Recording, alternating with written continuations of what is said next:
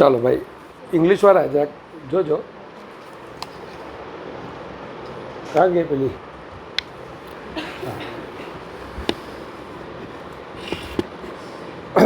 X ડેશને અનુલક્ષીને આપેલી આકૃતિ માટે જડત્વની ચાક માત્રાની ગણતરી કરો. હા, એક્સ ડેશ આ એક્સિસ છે અને મોમેન્ટ ઓફ ઇનર્શિયા શોધવાની છે. જડત્વની ચાક માત્રા એટલે મોમેન્ટ ઓફ ઇનર્શિયા. તો આ તારી એક્સિસ માસલેસ રોડ લખ્યું છે એટલે અહીંયા 2 જ આવશે. એટલે હા, ડિસ્ટન્સ ગણવાનું અહીંથી તો આ 30 સેન્ટીમીટર. અલા ભાઈ, આ એના પોઝિશન આપ્યા છે, મીટર સ્કેલ આપેલી છે. તો આ 30 સેન્ટીમીટર, આ 80 સેન્ટીમીટર. આ ઇઝ ઇક્વલ ટુ 4. 30 સેન્ટીમીટર એટલે 3 × 10⁻⁻1 સ્ક્વેર. 1 ઇન્ટુ ખબર ને, આ is equal two m1r1 square.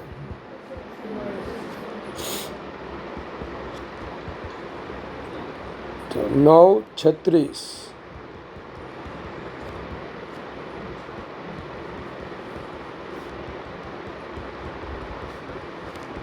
1 kg metre square. हाँ जवाब आ रही.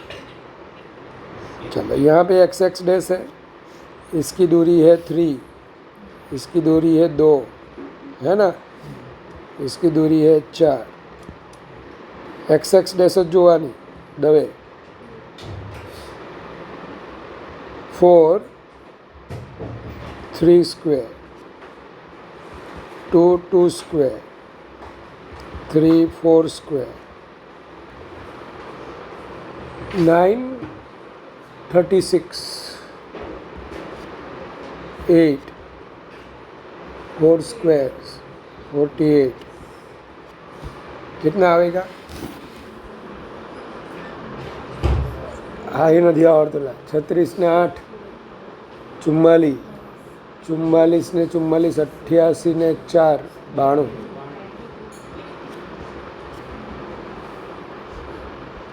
રવિવારે નવરાવો ને તો કરિયાણાની દુકાને જ બેસો, કોઈ ઓળખીતો હોય એટલે ગણવાનું ફાવે, એટલે બહુ સ્પીડમાં ગણતા હોય.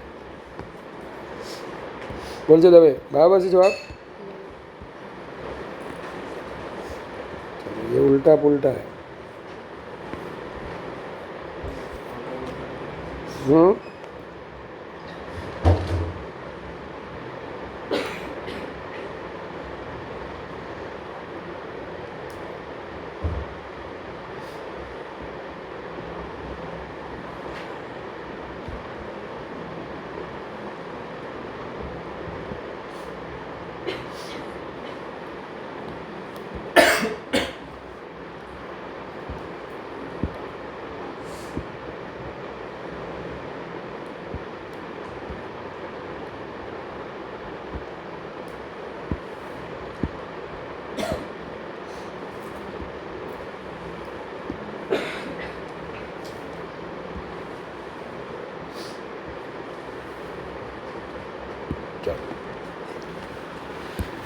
हमारे मॉड्यूल में भी था 2a डायामीटर वाले m मास के 4 स्फीयर्स है जो b साइड वाले स्क्वायर के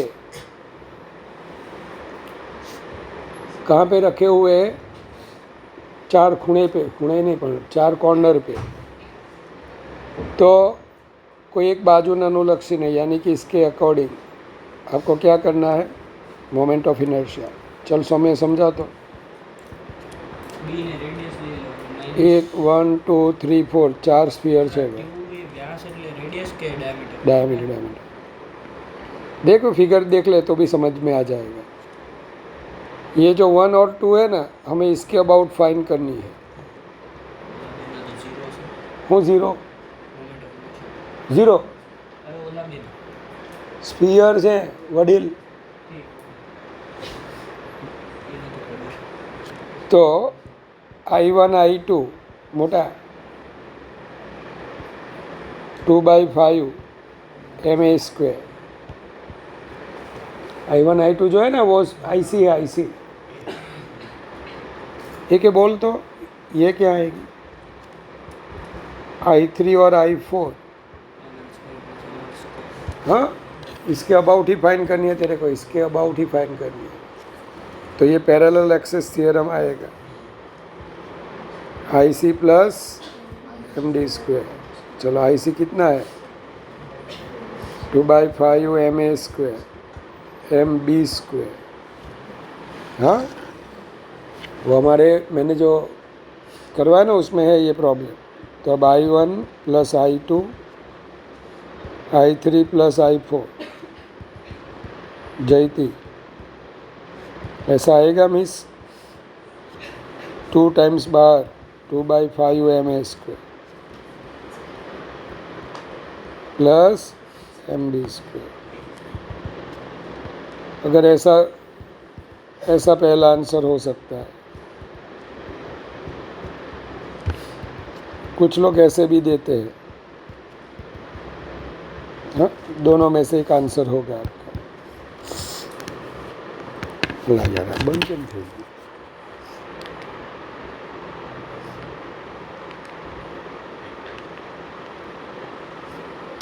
ચાલો થઈ ગયું મિસ?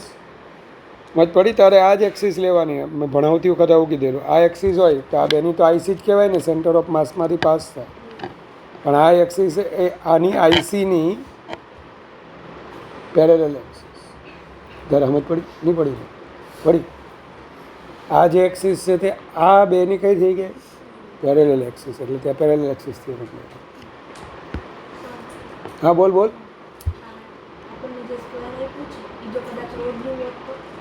ઓકે,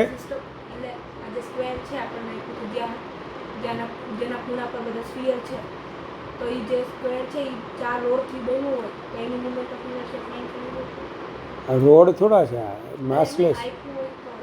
રોડ નહીં લખવાની તારે, ml²/12 બે રોડ છે તો એન્ડવાળી કેટલી? એનું માસ. રોડ આમ ફરતો હોય તો શું લખવાનું? MB²/3. એ બે એડ કરી દેવાની. અને આની એક આવશે, આની તો 0 થશે. આનું તો ડાયરેક્ટ શું આવશે? MB². બધા માસ કેટલા ડિસ્ટન્સ છે? જો રોડનું માસ આપેલું હોત તો. પડી? તો બે એના એ જ પાસેથી ફરે છે. જ્યારે આ છે તે બધા એને કેટલી ડિસ્ટન્સ છે? આખો રોડને પાર્ટિકલ જ લઈ લેવાનું. આનું ડિસ્ટન્સ બી, આનું બી, આનું બી, तो MB². पता चला कि झंडू बाम. चलो इसको डिलीट कर देता हूँ.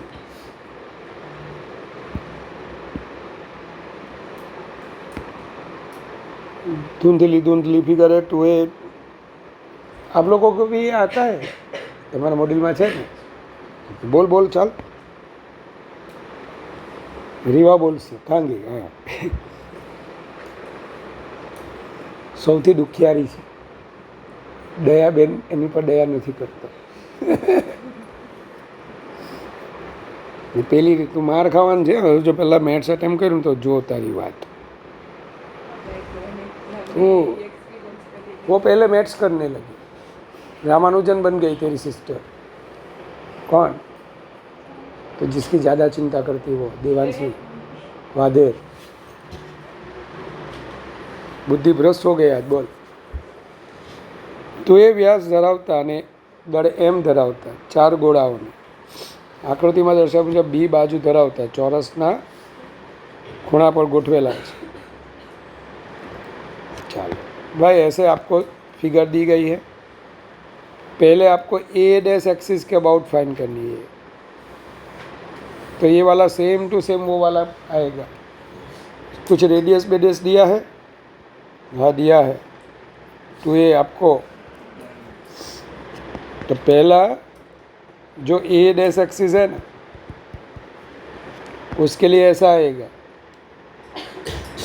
ये 1 2 3 4, ये ऐसा लिखो 1 2 3 4. ये सेम टू सेम अगला वाला दाखला. हाँ, ये उसकी आईसी बनेगी. अब कितनी बाजू है उसकी भाई? इसकी साइड लेंथ कितनी है? बी है, तो ये पूरा कितना आएगा? √2b। तो ये हाफ कितना आएगा? તો ધરા હવે આ એ ડેશવાળી છે ને તો બેઠી કઈ આગલો દાખલો બોલ. તો કેવી રીતના બોલીશ તું? કોની સેમ?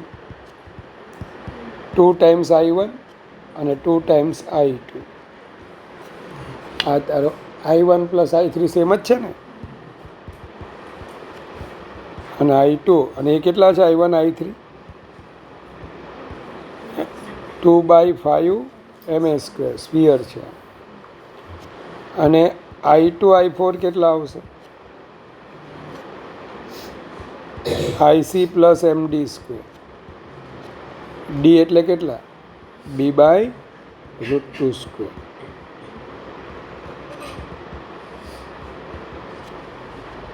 बस इसको ऐड कर लो, डायरेक्ट लिखता हूँ. इतना तो आएगा ना आपको. चलो ये डैश. अब बीबी डैश के लिए तो बीबी डैश तो काफ़ी आसान है, क्योंकि बीबी डैश ये ज्योमेट्रिक एक्सिस कहलाती है. और हर एक की दूरी कितनी आएगी? B/√2 B/√2 B/√2. लेकिन स्फीयर है, देखना यही फिगर में यहाँ पे बनाता हूँ. एक 4 स्फीयर ऐसे है. कितनी रेडियस वाले हैं? मास m है. अब मिस तेरे को क्या करना है पता है? ये वाली एक्सिस लेनी. अब सभी की दूरी धरा B/√2 ही रहेगी. अब ये इसकी IC है, IC, और ये इसकी पैरेलल एक्सिस. हाँ, तो बीबी डैश के लिए अगर आप फाइंड करोगे तो 4 टाइम्स किसी का भी ले लो, 4 टाइम्स I1, क्योंकि चारों चार सिमेट्री है, सरखूच है. और I1 क्या आएगा? IC plus MD². अब IC क्या आएगा? ma² और MD B/√2. सही है. बस ये आएगा हमारा आंसर.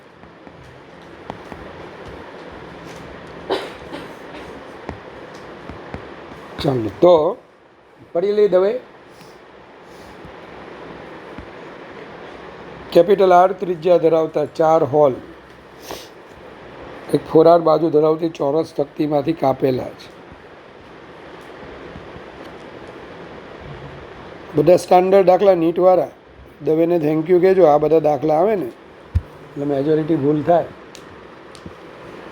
R ત્રિજ્યા ધરાવતા 4 હોલ એન્ડ 4R બાજુ ધરાવતી ચોરસ તકતીમાં પાડવામાં આવ્યા છે. મતલબ you are given a square having सौम्य 4R साइड लेंथ और RR रेडियस के ऐसे 4 होल बनाए गए.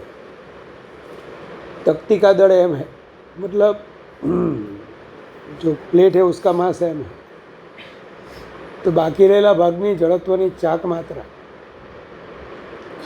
Moment of inertia z axis के अकॉर्डिंग फाइंड करो. z एक्सिस यानी यहाँ से गुजर जाएगी. अला भाई आम हसे आम, અને પ્લેનને કેવી હશે? પરપેન્ડિક્યુલર. તો એક્ઝેક્ટલી આ શું છે ખબર ને? I રિમેઇનિંગ, આવું મેં ભણાવેલું. That is equal to I² minus I, પેલું કોણ છે જે 4 ટાઈમ્સ I ડિસ્ક. એટલે હોલ પડ્યો તે પહેલાં કોણ હતી? ડિસ્ક. जो रिमेनिंग रहेगी ना वो किसकी रहेगी? स्क्वायर में से चारों को निकाल दो, डिस्क को, जो बाकी बचेगी वो रहेगी. सीधा कुछ समझ में आवे છે તને? સારું, ચાલ તો બોલી દે ડિસ્કની. ડિસ્કની બોલ. एक मुकुट ऐसा डिस्क नहीं स्क्वायर प्लेट नहीं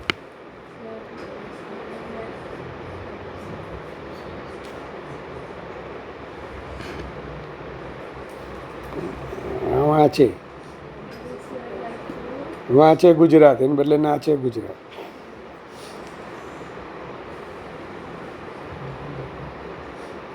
આ તો ભાંગ પીને નાચવું જોઈએ બધા હા બોલ બોલ ખીજવાટો પડે જ ને લે આ તો કેવું વાત કરે છે કમ પાડવાનું ખોટું પડે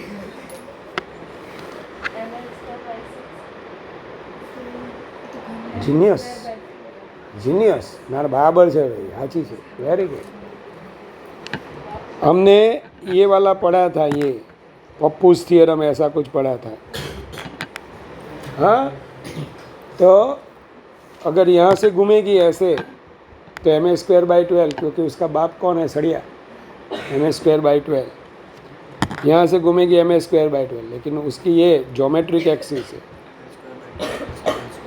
m²/6 ऐसा मैंने पढ़ाया था ये दोनों का ऐड करना होता है सही है वेरी गुड चलो कैपिटल M अब उसकी साइड लेंथ कितनी है 4r ना 4r²/6 4 टाइम डिस्क अब डिस्क की ये ज्योमेट्रिक एक्सिस होगी और ये वाला डिस्टेंस स्मॉल d आएगा अरे भाई बे पेन लईने मूकवानी ओ पासे ज राखवानी ने एक पेन ने क्या मूकवानी डी ने परपेंडिक्युलर डी पास पेલું જે આ પોઈન્ટ છે ને ડિસ્કનું સેન્ટર પરપેન્ડિક્યુલર તો આ બંને વચ્ચેનું આ એ પેરેલલ એક્સિસ વચ્ચેનું ડિસ્ટન્સ હવે તને આ આવડે છે અહીંયા આઈસી ડિસ્કનું માસ m ડેશ રેડિયસ કેટલી છે ભાઈ तो mr²/2 डिस्कनी आटली आवे जे श्रीजाए कीधी but I disc IC plus m dash d² m dash r²/2 अब ये वाला डिस्टेंस कौन बोलेगा तो ये पूरा जो डिस्टेंस होगा ना ये पूरा हाँ आखो आ 4r हो ना 4r √2 टाइम्स 4r अला आखू जे हो या रूट पाइथागोरस यार आવું થોડું આવડવું જોઈએ મીન્સ આ એલ હતે તો તું √2l લખતે કે તો આ 4r છે તો તું શું લખવા √2 4r અને એના /2 કરે આટલું ડિસ્ટન્સ તો 2√2r અને એનું પણ હાફ કરે એટલે √2r દ્વારા હારા દાખલા આપે છે આપણા મોડ્યુલમાં તો છાંટો નથી બાબા આદમના જમાનાથી ચાલતા ઓલા દાખલા આપે છે હવામાં કેટલું છે પહેલાં તો આ ડિસ્ટન્સમાં લોકો અટવાય બાયોલોજીમાં તો 100% અટવાય √2r પછી પાછું m ડેશ હવે m ડેશ કેવી રીતના ગણવાની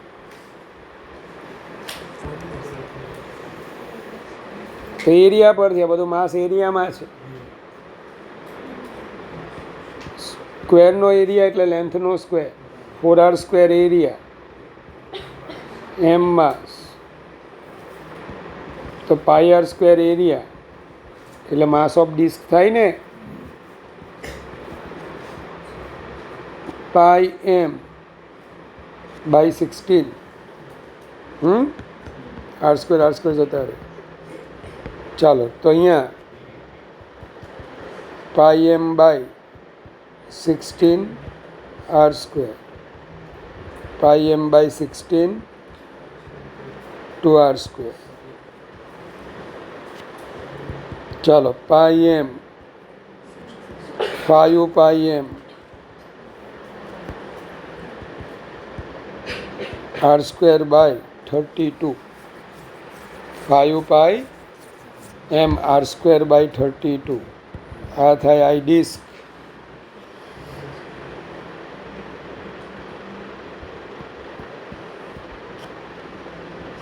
ચાલો તો આનો જવાબ શું આવશે 16 mr². बाई 6, 4 8 32, 8.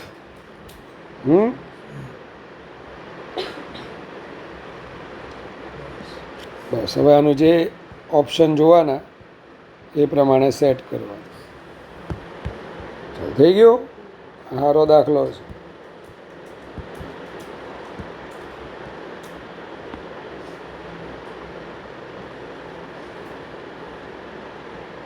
ચલ આપેલો જ છે બેઠો મિસ દવે, એનું બી કર્યું છે ને બીનું એ કર્યું.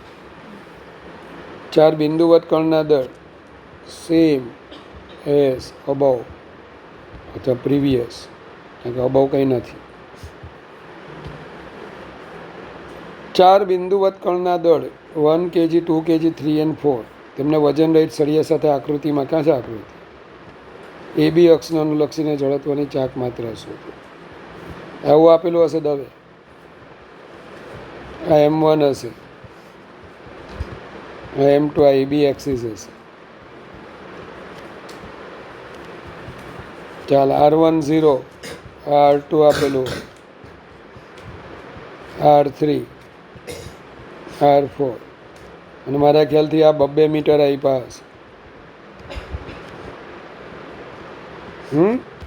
આવું કંઈ આપેલું હશે. R1 0, R2 કેટલા 2 metre, R3 4 metre, R4 M1 છે 1 kg, M2 છે 2 kg, M3 છે 3 kg, 4 kg. I is equal to 1 into 0 square, 2 into 2 square, 3 into 4 square, 4 into 6 square. 8, 48, 96. 48 8, 56, 50 ને 90, 50 ને 140, 152. હા જવાબ આપ્યો, આ જવાબ આવતો હશે. પૃથ્વી ફરતે ભ્રમણ કરતા કૃત્રિમ ઉપગ્રહનું દળ 500 kg. અત્યારે આ તો ગ્રેવિટેશનનું છે જે અમને પડા નહીં. L ઇઝ ઇક્વલ ટુ આ રોટેશનલમાં આપ્યું છે. મોગલી છે જૂના સિલેબસમાં રોટેશનલમાં આવતું, એન્ગ્યુલર મોમેન્ટમ કન્ઝર્વેશનનું. ये किसका है? Gravitation, Kepler's second law. હા એટલે जूना बोर्ड में आवतो आ मैंने वो याद है. अब dA/dt उसमें ऐसा आएगा, अब मैं पढ़ाऊंगा आपको L/2m. हाँ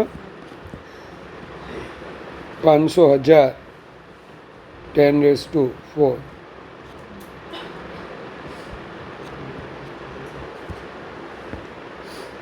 ભ્રમણ કરતા સ્ટૂલ પર બેસેલા છોકરાના હાથ વાળેલા છે. ઇનિશિયલી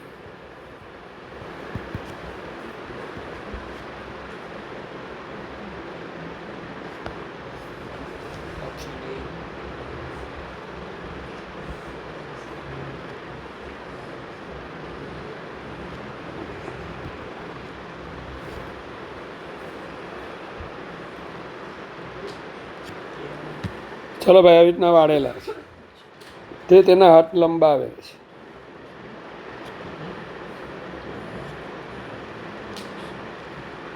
वो अपना हाथ फैला रहा है, बाहें फैला रहा है.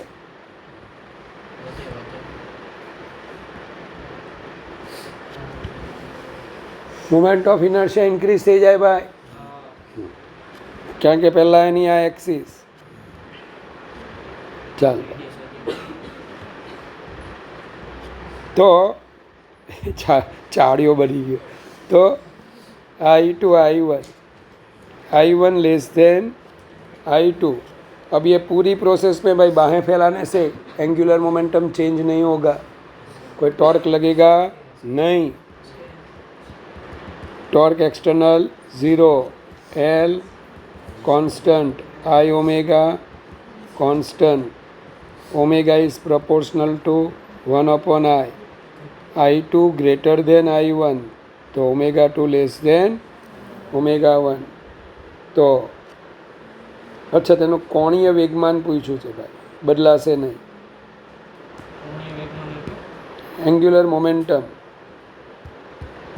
एल कंजर्व होगा, लेकिन अगर ओमेगा आएगा तो ओमेगा डिक्रीज होगा, आई क्या होगा, इंक्रीज होगा, एल क्या होगा, कांस्टेंट होगा. સમાન દળ અને ત્રિજ્યા ધરાવતા નક્કર ગોળા, પોલા ગોળા રિંગને ધારની ટોચ પર મૂકીને મુક્ત કરવામાં આવે છે, પણ સંપૂર્ણ રોલિંગ માટે પૂરતા નથી. કોના દ્વારા મહત્તમ ગતિ ઉર્જા મેળવવામાં આવશે? ચાલો, તો भाई मैंने जब पढ़ाया था रोलिंग विदाउट स्लीपिंग, उसमें बोला था कि अगर रिंग है ना, रिंग बराबर, रिंग के लिए क्या होता है, भक्त मैंने लिखा हुआ है वहाँ पे थियरी में, रिंग ही एक ऐसी है कि जिसके लिए फॉर प्योर रोलिंग, प्योर, चल मैं तेरे को समझाता हूँ, आंसर देना. एक सॉलिड स्फीयर है, नक्कर गोड़ो मतलब गुजराती में आवड़े, solid sphere, hollow sphere, ring, ये तीनों कहाँ पे रखे हुए हैं? एक थीटा एंगल वाले इंक्लाइन प्लेन पे रखे हुए हैं. अब प्लेन इतना इंक्लाइन है कि आपको तीनों में फ्रिक्शन कोफिशिएंट सेम है, लेकिन ये जो फ्रिक्शन है ना वो सफिशिएंट नहीं है. किसके लिए? प्योर रोलिंग करवाने के लिए. तो अब ऐसा पूछा गया है, सभी का मास और रेडियस सेम है, ऐसा पूछा गया है कि ये जब नीचे आएगा तो किसकी काइनेटिक एनर्जी मैक्सिमम होगी. तो मैं ये बोलूँगा सभी क्या गवाएंगे? Potential energy which is converted into kinetic energy. लेकिन स्फीयर, दोनों spheres can't perform pure rolling as friction is not sufficient.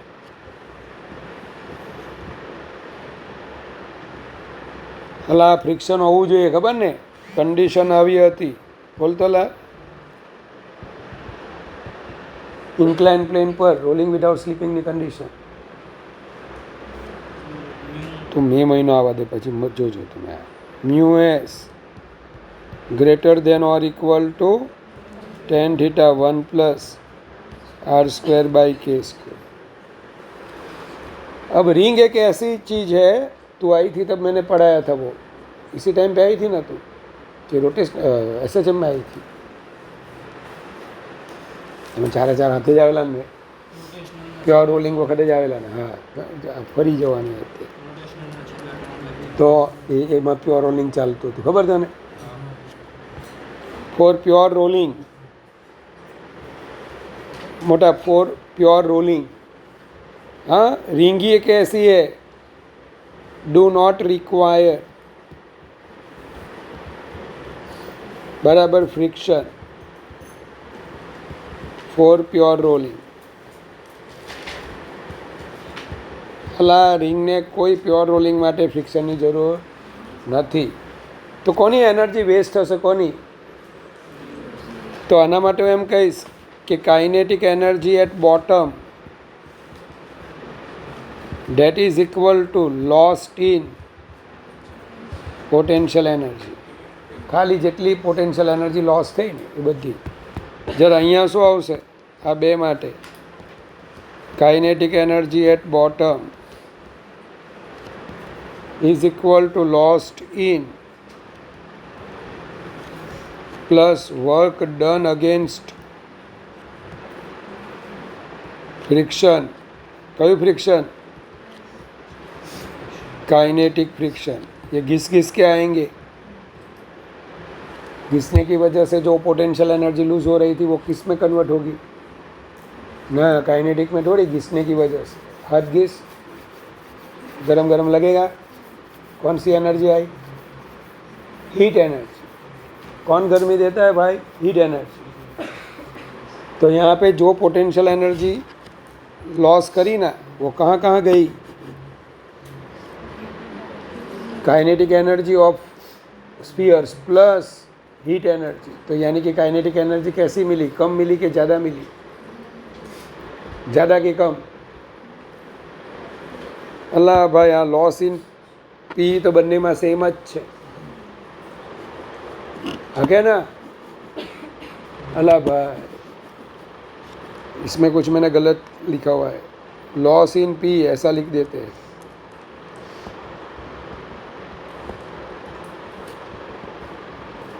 Kinetic energy of spheres plus work done against friction. Work energy power में मैंने ऐसा समझाया था। चलो, अहींया Jaitley P है खाली काइनेटिक एनर्जी में कन्वर्ट थे, कोनामां? रिंग में।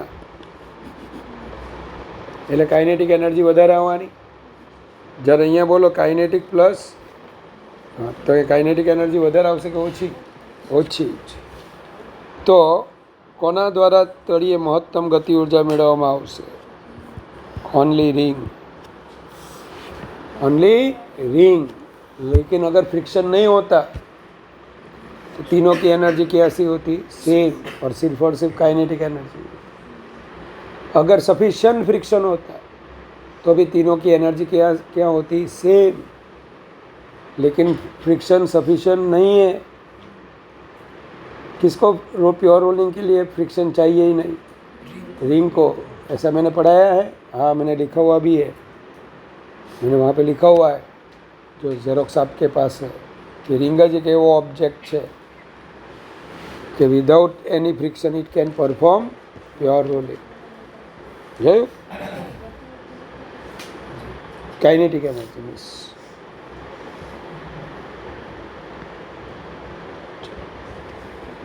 સમાન દળને ત્રિજ્યા ધરાવતો પોલો અને નક્કર ગોળો ખરબચડા ધારની સપાટી પર સરક્યા વિના ગબડે છે।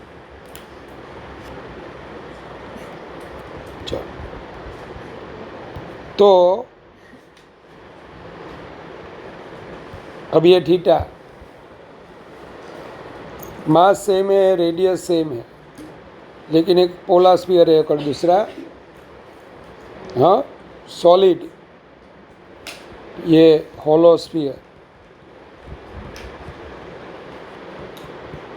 ये आएगा हमारा सॉलिड स्फीयर।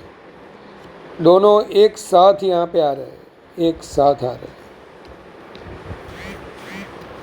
हाँ ना, एक साथ नहीं, कौन पहले आएगा ऐसा पूछा गया है।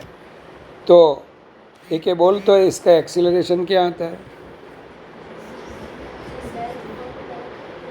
हाल आप मैं बनावेलू नहीं यार, जो कि तो अर्धे थी आवेली।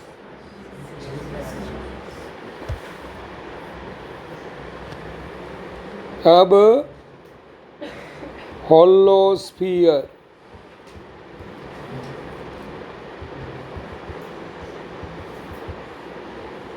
अल्लाह भाई 2/3 आर, हाँ, तो k²/r² कितना आएगा?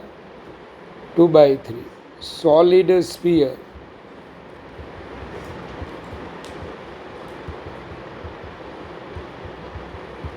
चलो ये आएगा 0.67 और ये आएगा 0.4। किसका एक्सेलरेशन ज़्यादा आएगा? ये 1 में क्या ऐड हो रहा है? 0.67, तो डिनोमिनेटर ज़्यादा आएगा। ये कितना आएगा? हाँ हाँ, तो a solid sphere greater than a hollow, जिसका एक्सेलरेशन ज़्यादा होगा वो जल्दी से पहुँचेगा धारा। तो कौन जल्दी से पहुँचेगा मिस? हाँ, सॉलिड स्फीयर। तो वारा पड़ती पहुँचे ऐसा नहीं आएगा। हाँ ना बराबर है, ये भी आएगा, सॉलिड स्फीयर जल्दी पहुंचेगा। अब दूसरा स्पीड, तो स्पीड के लिए हम बोलेंगे v is equal to under root 2gh 1 plus K square by R. तो किसका ये कम होगा? हाँ, सॉलिड के लिए कम है ना, तो v solid is greater then v hollow. तो पोलो गोड़ो तળિયે ઓછી ઝડપે પહોંચે છે, બરાબર છે यार। હોલો સ્ફિયર की स्पीड कम है ऐसा लिखा है गुजराती में। घन घोड़ो तળિયે વધુ गति ऊर्जा पहुँचते, ये गलत है, क्योंकि जो भी पोटेंशियल एनर्जी गवाएंगे वो कहाँ पे होगी? Kinetic energy. अब काइनेटिक एनर्जी दो तरह की होती है, रोटेशनल काइनेटिक एनर्जी और ट्रांसलेशनल काइनेटिक एनर्जी। लिखा हुआ है घनघोड़ो, देख ऊपर देख, नक्कर એટલે ઘન,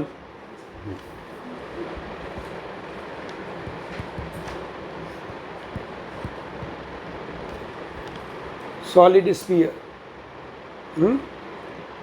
વધુ ગતિ ऊर्जा સાથે पहुंचे नहीं, दोनों की काइनेटिक एनर्जी तो सेम ही रहेगी। दोनों ने क्या गवाया? पोटेंशियल। तो क्या कमाया? काइनेटिक। तो सेम कमानी होगी ना, लेकिन अलग अलग होगी। उसके पास जो सॉलिड स्फीयर है ना, उसके पास लीनियर काइनेटिक एनर्जी ज़्यादा होगी, ट्रांसलेशनल। तो omega half I omega square कम हो, लेकिन टोटल काइनेटिक एनर्जी दोनों के पास क्या होगी? सेम। બંને ગોળાઓ સમાન રેખીય વેગમાન સાથે તળિયે પહોંચશે, अलग गलत बात है। अगर v अलग है, हाँ मास तो दोनों का सेम है, तो M V solid is greater than M V hollow. Linear momentum of solid is greater than linear momentum of hollow. तो बे जॉब आवा જોઈએ ભાઈ, જવાબ એ આવે અને બી આવે, ચેક કરજે।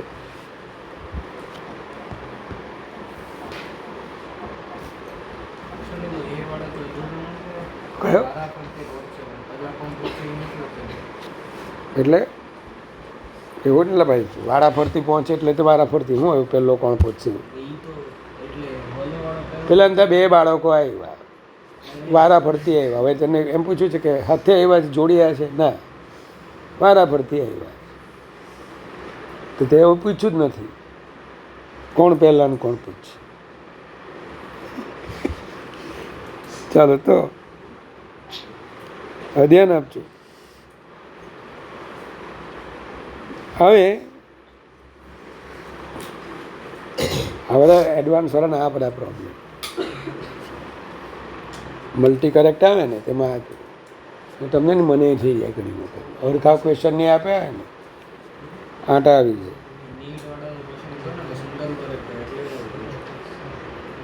ના ના ના, હવે એ આ લોકોની ભૂલ છે યાર, એ ટ્રાન્સલેશનમાં ભૂલ હશે, કારણ કે આ બધા આપણે ઇન્ટરનેશનલ ટ્રાન્સલેશન હોય, જર્મનીથી આવે, જીએમમાં જર્મનીથી અને ઓઝમાં ઓસ્ટ્રિયાથી આવે,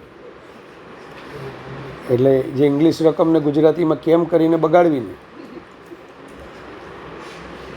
વિચ ઓફ ધ ફોલોઈંગ, વિદ્યાધીશમાં ક્યાંથી આવે? વારાણસી। વિચ એટલે ઇન્ડિયામાં હોય એટલે તમારું સારું હોય। Which of the following statements are correct? Centre of mass of a body always coincide with the centre of gravity. ખોટી વાત। સેન્ટર ઓફ ગ્રેવિટી જ્યારે બહુ મોટો હોય ને ભાઈ સળિયો, સેન્ટર ઓફ ગ્રેવિટી આવું આવે, માલુમ હે સેન્ટર ઓફ ગ્રેવિટી મીન્સ? બોલ તો।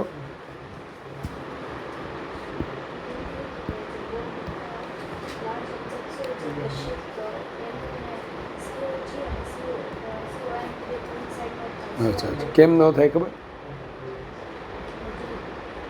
ચાલ જો આપણે જોઈ લઈએ, ટેન્શન નહીં લે। M1 vector R1, M2 vector R2, Mn vector Rn, M1 plus M2 plus up to M. બહુ જ ભણેલા ભાઈ. Centre of gravity RCG. M1 G1 vector R1, M2 G2 vector R2, Mn Gn vector Rn, M1 G1 M2 G2.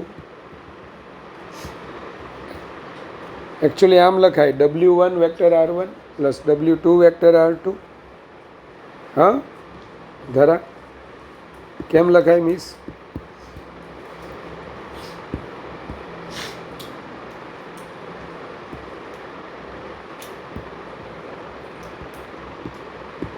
આમ લખાય W1 vector R1 W2 vector R2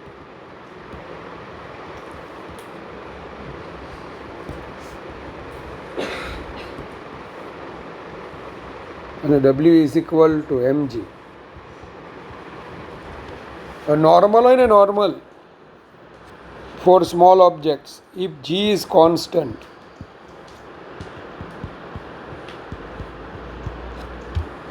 જો g constant હોય ને હરિવંશ તો G1 is equal to G2 is equal to Gn is equal to G. હા તો RCG is equal two M1 R1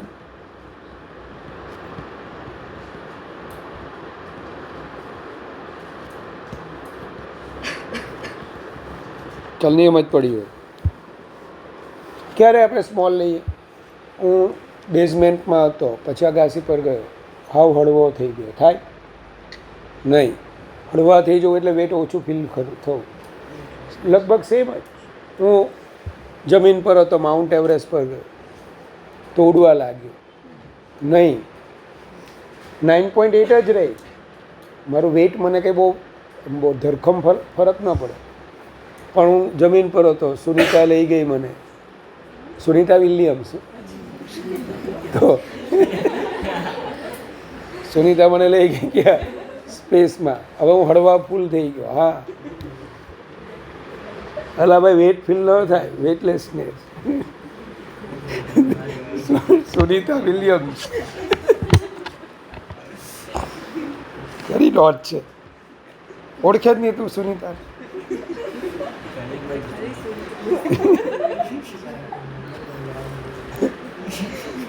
તમે લોકો બોલો જ ને કોનો પીરિયડ કે નાકરાણીમાં? જાણે તમારે રોજ છપ્પા રમવા આવતા હોય ને ઘરે.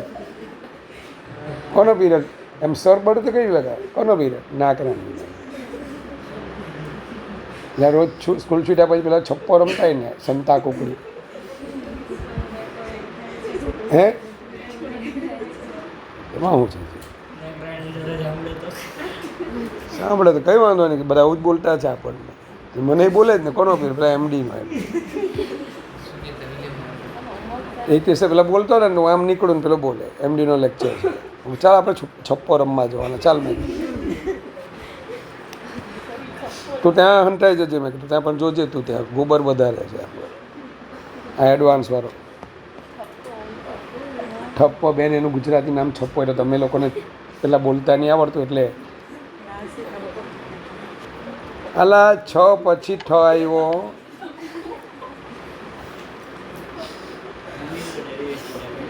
ઠપ્પો મારવો એટલે એમ કરવું, એમ એવું. છપ્પો એટલે સંતાયેલાને શોધવું, ઠપ્પો મારવો એટલે પકડી જાય ને પછી એ કરવું. એટલે તમે સંતાતા જ નહીં હો. ચાલો તો સુરતમાં એવું આવે એટલે ચાલ છોડ. હવે M1 R1 M2 R2 આવું થાય. આવું ક્યારે?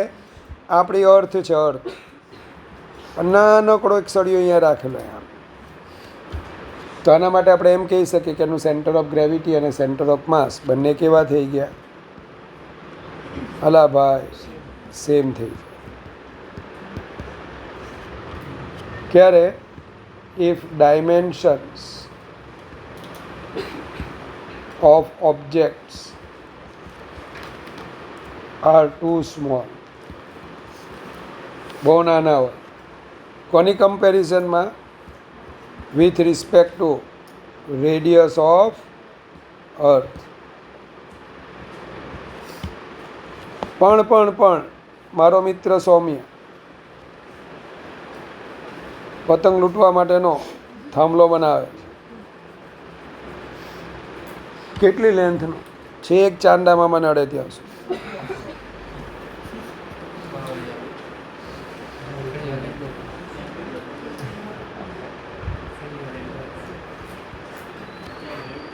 ચાલો ભાઈ, મૂન સુધી અર્થ.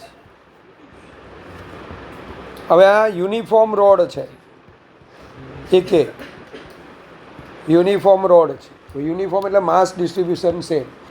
તો આનું સેન્ટર ઓફ માસ અહીંયા જ હશે. મીન્સ આ યાદ રાખજે, કારણ કે કામ લાગવાનું છે. કામ લાગવાનું છે ફ્લુઇડમાં. Centre of buoyancy, centre of gravity. ચલો, તો આનું સેન્ટર ઓફ માસ આમ હશે, બરાબર અડધે.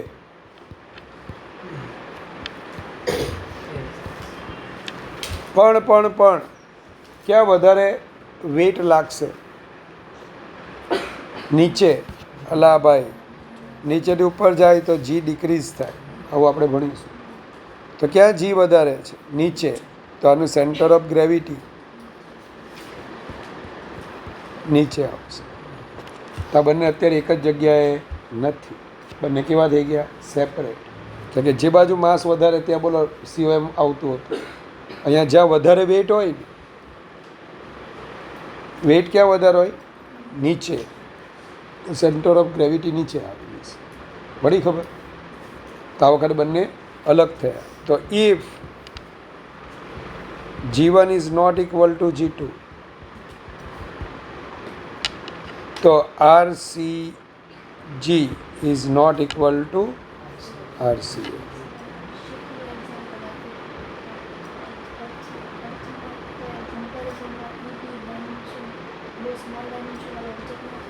કયું? શીપનું આપ્યું એક્ઝામ્પલ. ઓકે. ओ तारी ना आ गया, वो गलत. वो सेंटर ऑफ बायोन्सी सर का मिक्स हो गया होगा. सेंटर ऑफ बायोन्सी और सेंटर ऑफ ग्रेविटी नीचे होता है किसका? शिप का. और सेंटर ऑफ बायोन्सी ऊपर रहता है. इस वजह से ऐसा हलक दोलक होती है ना, तो फिर से वो स्टेबल होती है. वो मैं पढ़ाऊँगा आपको कि जब शिप में ऐसा कुछ पानी में जा रही है तो उसे कौन बैलेंस बनाए रखता है? तो सेंटर ऑफ बायोन्सी ऊपर होता है और सेंटर ऑफ ग्रेविटी नीचे. इस वजह से वो टेंशन नहीं लेती. हूँ बढ़ावीश, अमीर से नहीं बढ़ावी, चिंता नहीं करती. हाँ, सिर्फ आपको एक ही में आर्किमिडीज पढ़ा दिए. आर्किमिडीज के लिए 2 लेक्चर होते हैं. कितने? 2 लेक्चर होते हैं.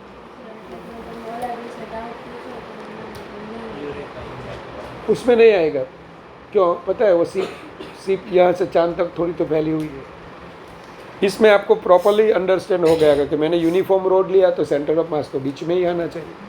लेकिन उसका वेट कहाँ पे ज़्यादा होगा? नीचे की ओर, क्योंकि जी सरफेस पे ज़्यादा होता है.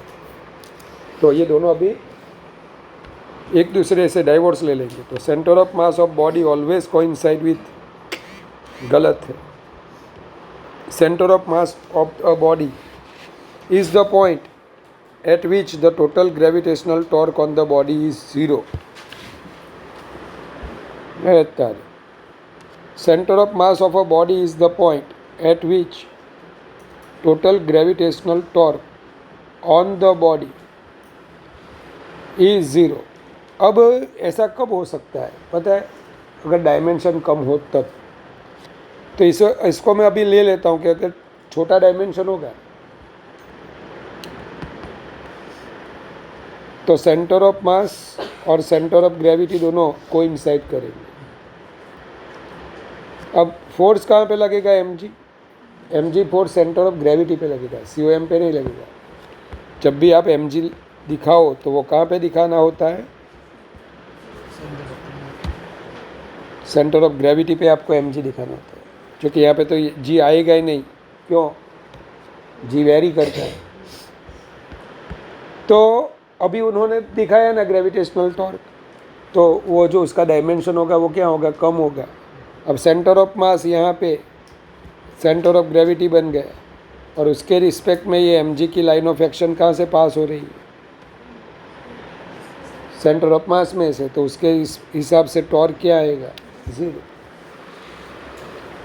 लेकिन ऐसा कब लिख सकते हैं? जब दोनों एक ही पॉइंट पे है।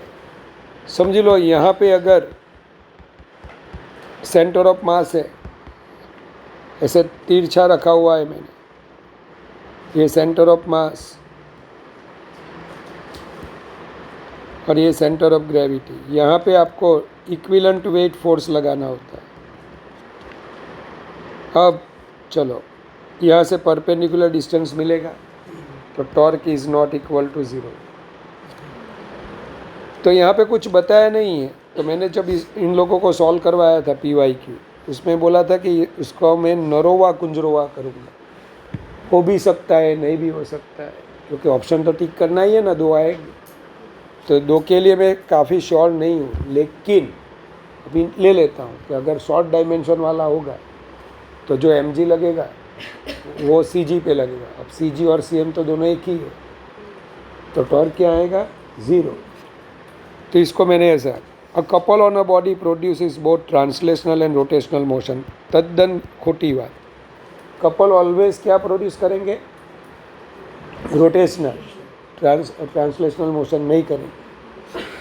चलो ये तो गलत है, बराबर। तो अब तो 2 और 4 वाला एक ही ऑप्शन बचा। गलत जो है उसको निकाल देना है, फर्स्ट और थर्ड, ये तो आना ही नहीं चाहिए। अब थर्ड वाले कहाँ हैं? ये नहीं है, ये नहीं है, ये नहीं है। चौथा देख लेते हैं। Mechanical advantage greater than 1 means small efforts can be use to lift a large load. सही है। मैकेनिकल एडवांटेज यानी हाँ, वो बेटा बाप को भी लिफ्ट कर सकता है। ऐसा अगर आपने रखा, पीवट यहाँ से किया, यहाँ पे बेटे को बिठाया और दूरी पे किसको बिठाया?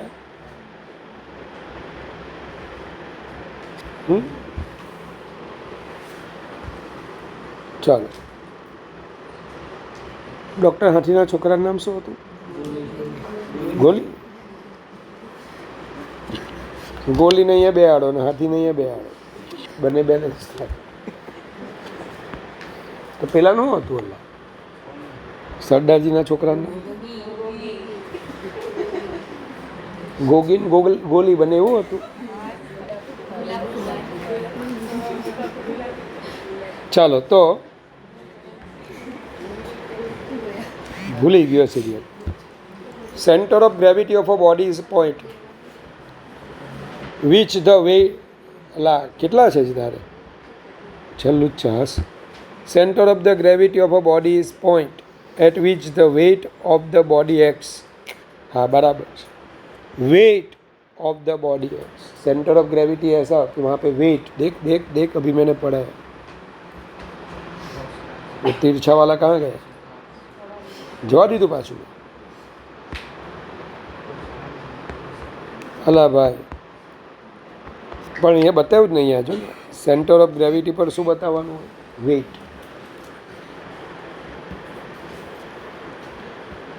चलो,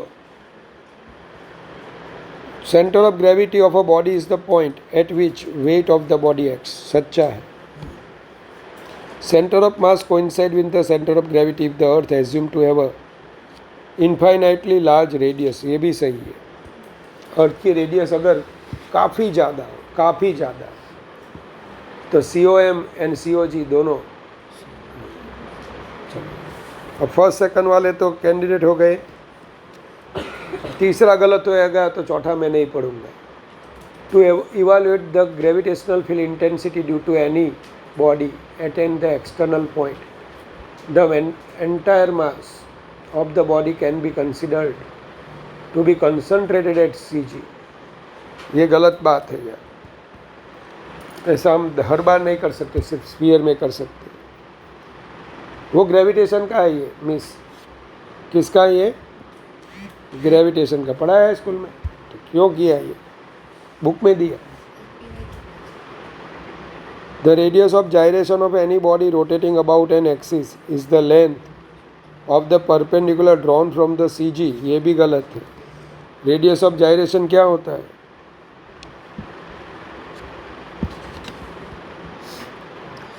अला एवरेज ऑफ आर स्क्वायर, ऐसा मैंने पढ़ा। ऐसा तो कभी होता नहीं है। तो 3-4 तो निकल गए, बाकी कौन बचा? एक नहीं।